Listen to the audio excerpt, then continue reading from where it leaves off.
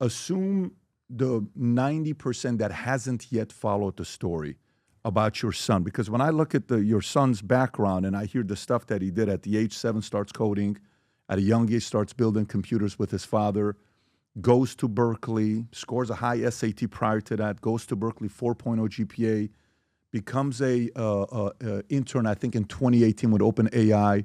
Then he starts working with OpenAI, makes very good money, $300,000-$400,000 a year, is living in a nice apartment, safe place, which we'll go into in a minute as well. So this guy's a prodigy. But he's not a regular kid. He's doing great things, and both of you engineers. So if you don't mind, take a moment and kind of share the background and the story, and then we'll get into some of the new footage and findings that you have. Sure. Suchir was a prodigy. He showed the strong signs of how genius he is. From the age of 13 months, he picked up all the alphabets in 1 month. No, 1 week, actually. His dad was my husband was going to school.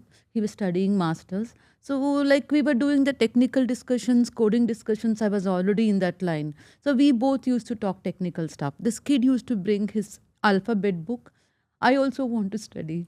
And then 1.5-year-old knew to tell the directions. I still remember my mother-in-law used to be in the back seat. And then she used to really enjoy how he guides the direction. This is the way to library. This is the way to McDonald's. He loved McDonald's apple pie.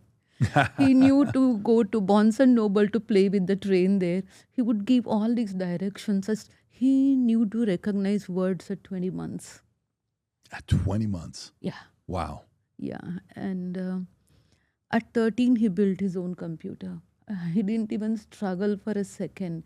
He just told me to take him to the store. And when I took him there, he knew what exactly to buy. Seamlessly, he built it. At 14, he wrote a Google Science Fair paper on quantum computing. At 14? At 14. And then it talks about VLSI, like the chip design, advanced stages of chip design, how to optimize the CPU performance.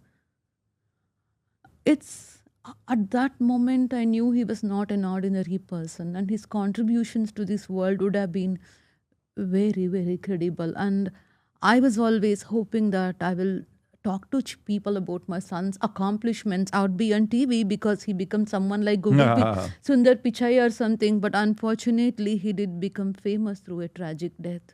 Devastating news. When you hear about it and you read about it, the more and more you get into it, it's more painful. Yeah. How about after? So he's in college, he's going to Berkeley. Yeah. You hear about getting an intern at OpenAI. What's his level of excitement? At the time, I think they're a nonprofit because I think the transition was made afterwards. Yes. What is he calling and saying, Mom, you won't believe it, I'm an intern at this company. He's excited. What was his energy like when he first started working at OpenAI? Yeah, we first told, both of us first told, you should try Google. It's a very good company. But he always had his ways. Before he went to UC Berkeley, he worked in Quora as a software engineer at 17. So he made his choices. And he said he likes OpenAI and he enjoyed the people there. Next year, he took up internship in Scale.ai and then one more AI company. Once he graduated, almost 6 months before graduation, he started working full-time.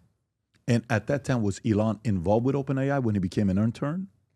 Yeah, in intern, he was with OpenAI. One of the internship in 2018 was with OpenAI. And was your son, did he have a hero? Like, did he look up to somebody? Was there certain people that he looked at and said, I really like what he's doing, what she's doing? Who were some of the people? John Kuhlman, that was the boss. He wrote a very good tribute on Suchir. He attended his memorial service. And we've read Suchir's journals as well. In his journal, he writes he likes Ilya Sestakov. He was the chief scientist. And he writes, if Ilya calls me, I would love to work with him. Wow. So he already knew who he wanted to work for.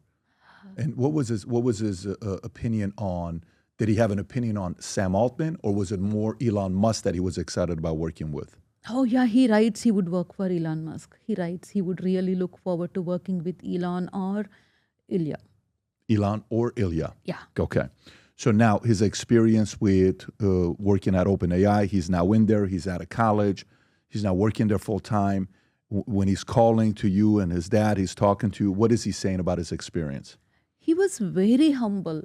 He never spoke anything big about himself. In fact, he won $100,000 award at the age of 18. We never knew about it. He was always very quiet. And when I probe, what are you working on? He said, it's cool, and that's all. And then when I knew he was writing a science paper, research paper at OpenAI, I wanted him to share that with me. He said, "You won't understand anything. I won't share He said it that with to you? He said that to me. But when I saw the WebGPT research paper, I knew it's going to be a big discovery, because WebGPT is the basis of ChatGPT. When he wrote this, he was 6 months into his work, and he led the project.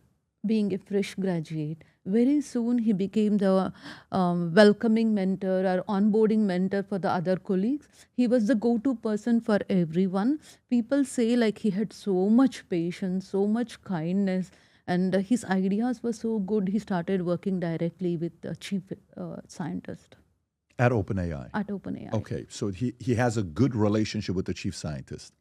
With everyone. He never had any argument with anyone. Everyone liked him. Nowadays, more than ever, the brand you wear reflects and represents who you are. So for us, if you wear a Future Looks Bright hat or a Valuetainment gear, you're telling the world, I'm optimistic, I'm excited about what's going to be happening, but you're a free thinker, you question things, you like debate.